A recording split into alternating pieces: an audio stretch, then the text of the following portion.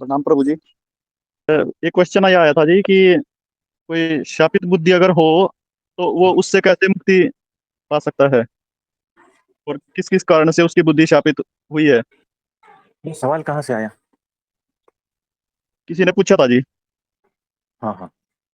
ये आपको सुना था कि हमारे इसमें से कि भाई बुद्धि शापित होती है, तो उसकी ये जिज्ञासा थी कि भाई शापित बुद्धि होती क्या है, ये किस कारण से होती है और उससे देखो, मुक्त कैसे। शापित बुद्धि का मतलब है कि अनंत जन्मों के पाप जब इकट्ठे होते हैं ना, तो उसकी बुद्धि वैसी विकृत हो जाती है और उसकी बुद्धि के ऊपर पर्दे पड़ जाते हैं।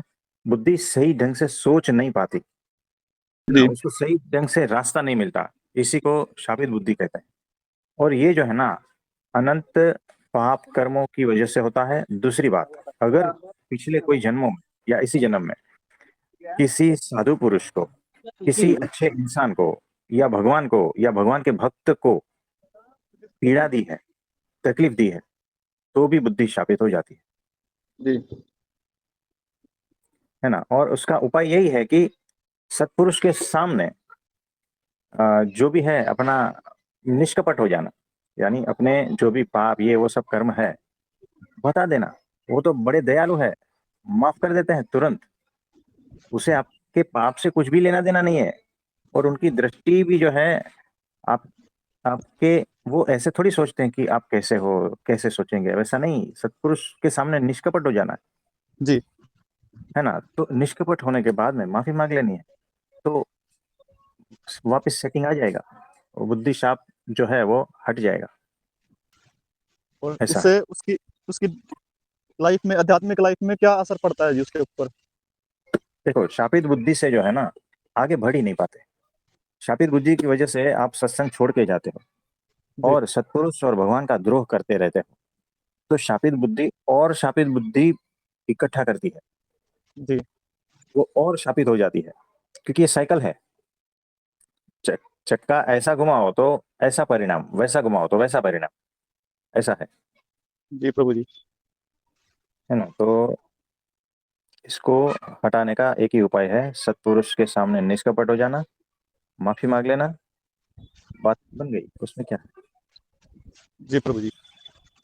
और उनकी प्रसन्नता प्राप्त कर लेना, तो शापित बुद्धि हट जाती है। और उसको सही सत्पुरुष मिले तभी तो ना जी। देखो, सही भी मिलते हैं ना, तो शापित बुद्धि वाले को पता ही नहीं चलता कि सही है या गलत है। उसकी बुद्धि के ऊपर इतने पर्दे हैं ना कि वो पहचान ही नहीं पाता है ना। ये भी है जी। तो वैसा है। तो कोई जो है उसका फ्रेंड है, जिसकी वो बात मानता है ना, वो अगर सत्पुरुष के बारे में बताए, उनके गुणों के बारे में बताए, तो जी उसके दिमाग में थोड़ा बैठता है, क्योंकि उसका फ्रेंड का ज्यादा मानेगा। जैसे रोज दो फ्रेंड है और दारू पीने बैठते हैं रोज शाम को, जी तो अब वो जो है ना दूसरे की बात नहीं मानेगा। वो जो साथ में बैठता है ना दारू पीने, चाहे वो कैसा भी हो, जी लेकिन बात उसकी मानता है। और किसी कारणवश दारू के चुंगल में फंस गया है दूसरा जी व्यक्ति, लेकिन उसकी बुद्धि शापित नहीं है, वो सिर्फ दारू पी रहा है। उसे थोड़ा बहुत इतना तो होश है कि क्या सही है, कौन से गुरु सही है ना। जी तो वो जब ये वाले भाई को बताता है, जो शापित बुद्धि वाला भाई है, तो शापित बुद्धि वाला भाई उसकी बात मानता है। और फिर जो है उसके, उन्होंने जो बताया ना कि ये गुरु सही है, इसके पास जाओ, तो वहां जाता है और उसका कार्य बन जाता है। जी तो के आशीर्वाद मिल जाते हैं, तो बुद्धि थोड़ी, जो शापित है वो शाप हट जाता है, थोड़ी शुद्ध होने लगती है बुद्धि। और निरंतर फिर संग करते रहेंगे तो उसका सब कुछ छूटता जाएगा। और वही बुद्धि जो है शुद्ध बुद्धि हो जाएगी, निर्दोष बुद्धि हो जाएगी। जी आप प्रभु जी। समझे। जी प्रभु जी। और एक और ये था प्रभु जी हम्म। कि जैसे हमारे को भगवान ने सब चीजें बनाई हैं, भगवान ने अपने सबसे बेस्ट कृति मनुष्य बनाया है, अपने जैसा बिल्कुल बनाया है, उसमें सारा सॉफ्टवेयर डाला है। हम्म। तो उसकी सबसे, मतलब सबसे बेस्ट जो रचना है वो मनुष्य ही कही गई है। तो ये हम्म। डार्विन वाली थ्योरी, डार्विनवाद जो पढ़ाया गया हमें शुरू से, कि भाई ये ऐसे ऐसे करके समय के हम्म अनुसार ऐसे चक्कर करके बंदर से ऐसे मनुष्य का ये हुआ। तो भगवान हम्म। जो बंदर को बना सकता है वो तो मनुष्य को नहीं बना सकता था जी वो सीधा। ये मतलब ये थ्योरी तो ऐसी लगती है। देखो, वो सिर्फ थियरी है और वो झूठी थियरी हाँ जी। है ना। तो बंदर से ही मनुष्य बना, तो बंदर अभी बंदर क्यों हाँ, वो बंदर खत्म हो जाने चाहिए थे। है? तो उसका स्ट्रक्चर अलग है, इसका भी अलग ही है ना। जी। तो वैसा है, तो डार्विन की थियरी 100% रॉन्ग है, लेकिन पता नहीं क्यों पढ़ाई जा रही है ना। हाँ जी। हाँ जी। तो लोग भी वैसे ही है कि मान लेते हैं कुछ भी, साइंटिस्ट का थप्पा लग गया तो उसकी बात मानने लगे, है ना। जी। थियरी तो थियरी है, थियरी यानी क्या, मन की उपज। हाँ जी। और यही नहीं प्रभु जी, साइंस साइंस वाले नहीं, यहाँ पे तो बहुत सारे वेदांती भी ऐसे हैं जो बड़े बड़े हॉल्स में बैठे हैं, बड़ी महंगी टिकटें करके, और वहां पे भी यही पाठ पढ़ा रहे हैं हमको। हम्म और हमारे मैंने सुना है कि एक आधा किसी का ऐसे, वो ये हमारे अवतारों के बारे में ऐसे बता रहे हैं कि प्रथम अवतार मत्स्य अवतार था, और ये उसके बाद उसकी डेवलपमेंट हुई, अवतारों की भी डेवलपमेंट बता रहे हैं। वो कैसे फिर आगे डेवलपमेंट होगी, अवतार तो कश्यप सीधे, अवतार हुआ, फिर वो आगे। हाँ जी। है ना, वो तो सीधे किसी भी रूप धारण करके कहीं पर से भी प्रकट होते हैं भगवान तो। जी प्रभु जी। उसे क्या है, वो डेवलपमेंट की जरूरत है, भगवान को क्या डेवलपमेंट की जरूरत। वही तो जी, अभी इतना गलत लोगों को बताया जा रहा है ये। तो वो थियरी है और उसको समझाने के लिए वो लोग बोल रहे हैं, बाकी कुछ नहीं। लेकिन लोग भ्रमित तो हो रहे हैं प्रभु जी। देखो, वो भ्रमित होना भी अच्छा है, क्योंकि तभी तो सत्य का पता चलेगा ना। जब भ्रमणा में से दुख उपजेगा, जी। तब वो सत्य के लिए प्रयत्न करेगा। ये जी। सूत्र है, याद रखना, है ना। जब आप अज्ञान में हो और अज्ञान जब आपको दुख देने लगे, तब ही आप ज्ञान की ओर जाते हो ना। जी प्रभु जी। तो वो भी जरूरी है, ज्ञान भी जरूरी है। तो होगा, सबका होगा, है ना। जी प्रभु जी। तो ऐसा है। और कुछ, देखो, समझदारी ही ज्ञान है, जी। और समझदारी ही आत्मज्ञान है। जी प्रभु जी। अब समझदारी अलग शब्द है, आत्मज्ञान अलग शब्द है। जी। हमने बीच में इज इक्वल टू लगा दिया। जी। अब ये जो है ना, समझ से परे है। अब जो लोग आत्मज्ञान की तलाश में है ना, उसकी समझ से परे है कि जी प्रभु। समझदारी कैसे आत्मज्ञान होती है ना। तो हकीकत में समझदारी ही आत्मज्ञान है। हाँ, ठीक है प्रभु जी, यहाँ पे तो ये बहुत सिंपल वे में आपने इस तरीके से ये बता दिया है कि एक, मतलब समझदारी के ऊपर ही आपने सारा जितना भी सत्संग हुआ है समझदार बनाने के लिए ही हो रहा है ये सारा, हाँ। ताकि तो हाँ सारे अज्ञान के पर्दे हट जाएं और फिर सारा क्लियर क्लियर हो जाएगा। वो उनकी नज़रों में आत्मज्ञान का एक अलग सा मतलब कोई ऐसी कंसेप्ट अचीवमेंट है। है जो हाँ पता नहीं कहाँ से मिलेगी। हाँ, तो वैसा कंसेप्ट है। तो जो ना समझी के पर्दे एक के बाद एक हटते जाते हैं ना, उसी को ही तो समझदारी कहते हैं। जी प्रभु जी। ना समझी के पर्दे को हटाना इज इक्वल टू समझदारी, और इज जी। इक्वल टू ज्ञान, इज इक्वल टू आत्मज्ञान। जी अब प्रभु देखो, जी। ये सारा जो है ना, बीच में इज इक्वल टू लगाया है, लेकिन वो जो मिसिंग लिंक जो है, वो खुद को ढूंढनी पड़ेगी कि किस जी। तरह से और क्यों। ये जी। इतना एक्सरसाइज, चिंतन मनन करना है। तो सूत्र तो बता दिया। जी। अब इस सूत्र के रहस्य को ढूंढना है, और वो आपके भीतर से ढूंढना है, बाहर से नहीं। जी। हमें बाहर से देना नहीं है, स्पून फीडिंग नहीं करनी है हमें।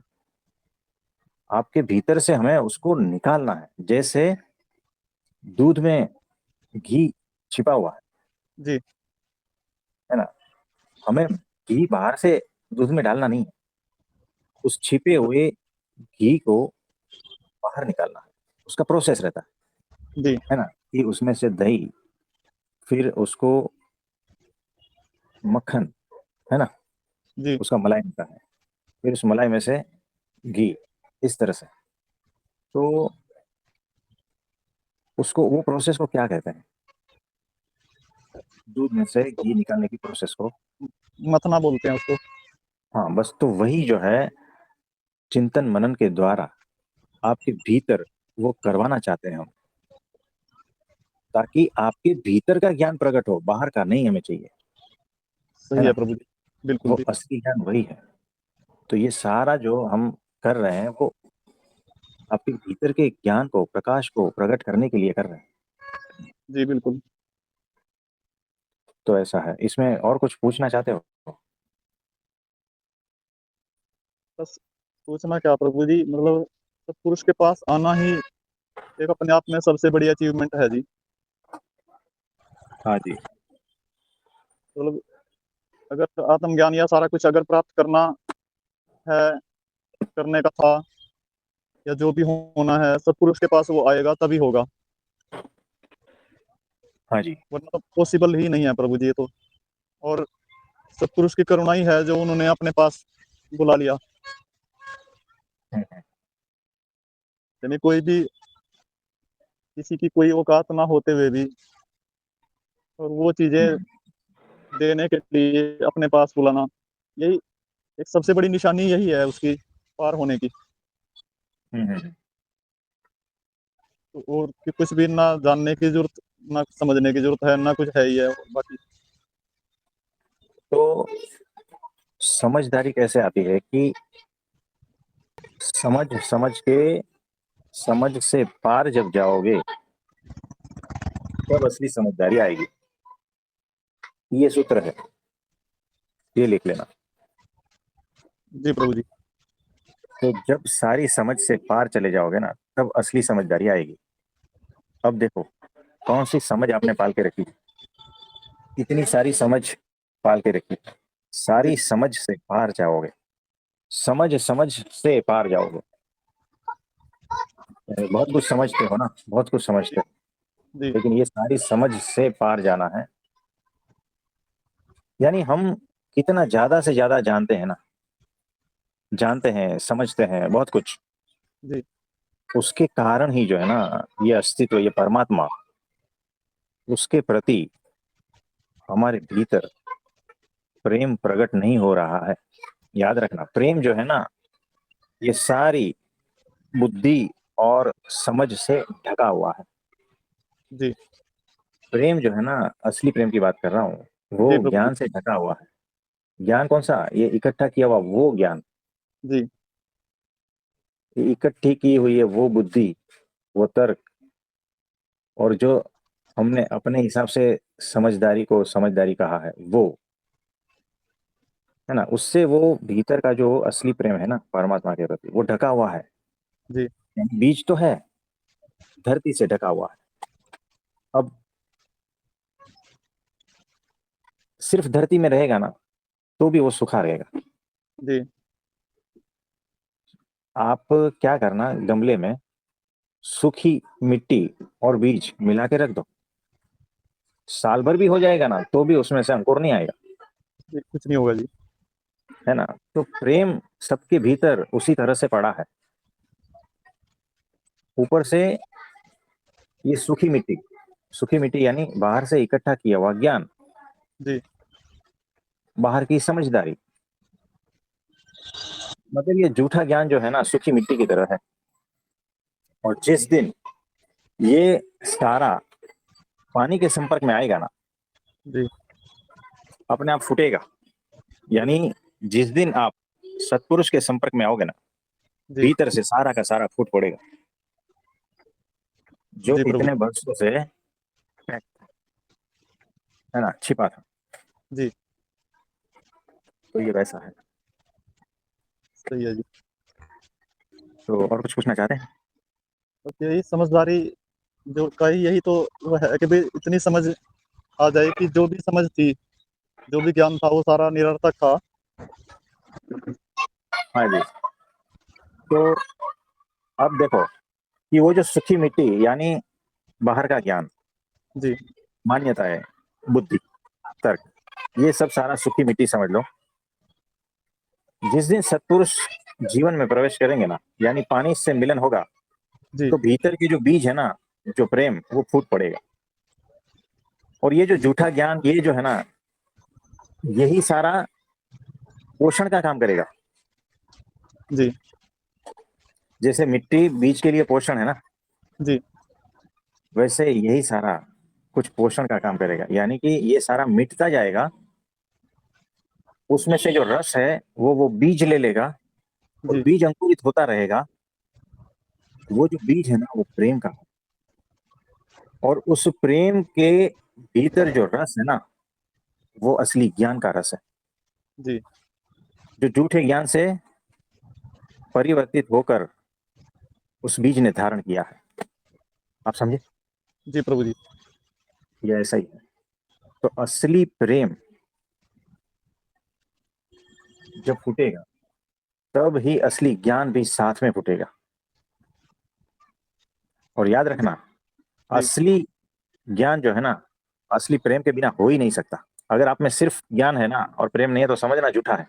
जी, तो ये सूत्र लिख लेना, असली प्रेम इज इक्वल टू असली ज्ञान। ये दोनों एक ही बात है, आप इसको कुछ भी कह लो, जी प्रभु जी। है ना, ये दोनों इकट्ठे चलते हैं। तो असली प्रेम के बगैर असली ज्ञान नहीं होता है, और असली ज्ञान जब होता है ना, तो साथ में असली प्रेम होता ही है। ये सूत्र है, लिख लेना। और जी ये प्रभु जी। ही परीक्षा है, यही कसौटी है। तो चेक करना, जिसके भीतर सिर्फ ज्ञान है ना, चेक करना उसका जीवन। अगर भीतर प्रेम नहीं है, करुणा नहीं है, तो रूखा सूखा है, जी, बाहर का इकट्ठा किया हुआ है ना, सूखी मिट्टी। तो ये कसौटी है, चेक कर लेना। और जिसके भीतर प्रेम है ना, तो आज नहीं तो कल वो ज्ञान आ ही जाएगा। जी प्रभु जी। तो ऐसा, तो छोटा बछड़ा है ना, तो समझना कहीं ना कहीं गाय है, जी, उसकी माता है ना। जी, लेकिन ये जरूरी थोड़ी है कि गाय है तो बछड़ा होगा ही, ये ज़रूरी नहीं है जी। बछड़े से ही। तो गाय जो है ना, वो प्रेम है। और जो बछड़ा है ना, वो ज्ञान है। याद रखना। जी प्रभु जी।